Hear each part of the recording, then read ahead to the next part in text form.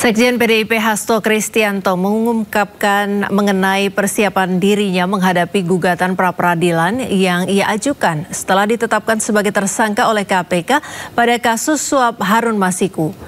Saat ditemui di pagelaran wayang perayaan HUT PDIP ke-52, Hasto mengatakan bahwa banyak pakar yang siap membantunya dalam upaya untuk memperjuangkan keadilan. Diketahui sidang pra-peradilan pertama Hasto akan digelar pada Selasa 21 Januari 2025 mendatang. Hasto menambahkan bahwa dirinya akan kooperatif dengan KPK terkait jadwal pemanggilan berikutnya.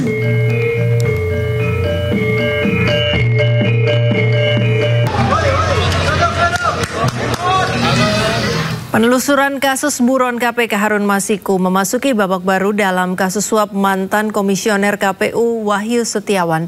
Setelah 5 tahun tidak ada perkembangan, penyidik KPK membuat gebrakan dengan menetapkan Sekjen PDI Perjuangan Hasto Kristianto sebagai tersangka.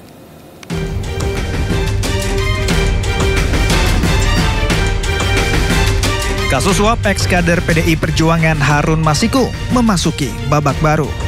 Sehari menjelang Natal, Selasa 24 Desember 2024, KPK resmi mengumumkan penetapan Sekjen PDIP Hasto Kristianto sebagai tersangka kasus suap pergantian antar waktu Harun Masiku. Ketua Komisi Pemberantasan Korupsi Setio Budianto dalam konferensi pers menyebut, Hasto secara aktif melakukan upaya menggagalkan Rizky Aprilia sebagai caleg DPR RI terpilih tahun 2019 menggantikan Nazarudin Kemas yang meninggal dengan suara 44.402. HK bahkan disebut membuat rencana agar posisi Nazarudin bisa digantikan Harun Masiku yang hanya memperoleh 5.878 suara. Termasuk melakukan penyuapan pada Wahyu Setiawan yang saat itu berstatus komisioner KPU. Usai melakukan penyidikan, KPK pun resmi mengumumkan Hasto terlibat kasus tindak pidana korupsi, yakni memberi hadiah atau janji kepada pegawai negeri atau penyelenggara negara, yaitu Wahyu Setiawan, anggota KPU periode 2017-2022.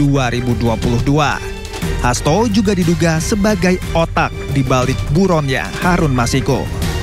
Saat proses penyidikan terhadap perkara HM dan upaya pencarian DPO HM ini dilakukan secara sangat serius, juga dilakukan tidak mengenal waktu, bahkan banyak melakukan koordinasi dengan berbagai pihak. Penyidik menemukan adanya bukti keterlibatan saudara HK yang bersangkutan selaku Sekjen PDI Perjuangan.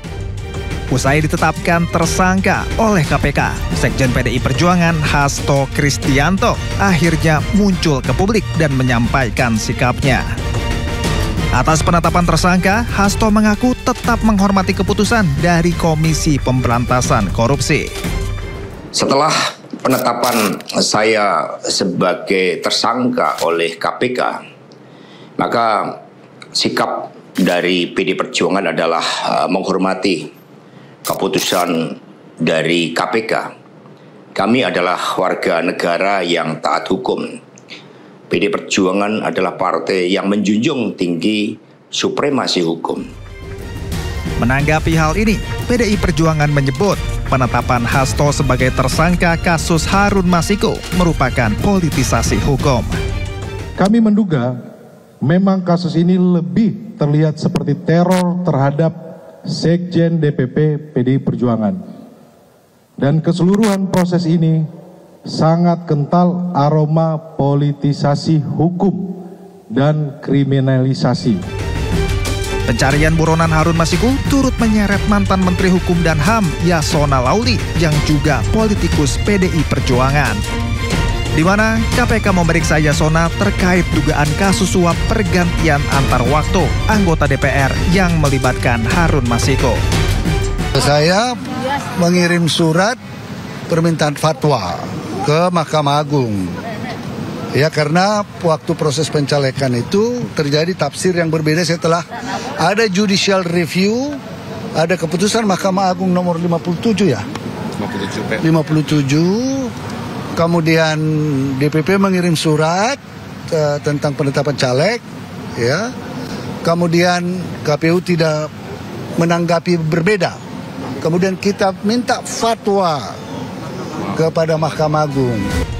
KPK telah meminta imigrasi mencegah Hasto Kristianto dan ex-Menkumham Yasona Laili terkait penyidikan dugaan kasus suap pergantian antar waktu yang melibatkan Harun Masiku. Tindakan larangan bepergian ke luar negeri tersebut dilakukan oleh penyidik karena keberadaan yang bersangkutan di wilayah Indonesia dibutuhkan dalam rangka proses penyidikan dugaan tindak pidana korupsi sebagaimana tersebut di atas. Keputusan ini berlaku untuk 6 bulan ke depan. Sebelumnya, Hasto pernah diperiksa oleh KPK, yakni pada 10 Juni 2024 sebagai saksi dugaan suap ex-kader PDIP Harun Masiku yang masih buron. Dalam pemeriksaan ini, Hasto tak terima Kusnadi staf yang menemaninya turut digeledah penyidik KPK, termasuk menyita 3 buah handphone, kartu ATM, dan buku catatan miliknya. Hasto dijerat pasal 5 ayat 1 Undang-Undang Nomor 31 Tahun 1999 dan pasal 12 Undang-Undang Nomor 13 Tahun 2019 tentang tindak pidana korupsi dan pasal 5 tentang perintangan penyidikan.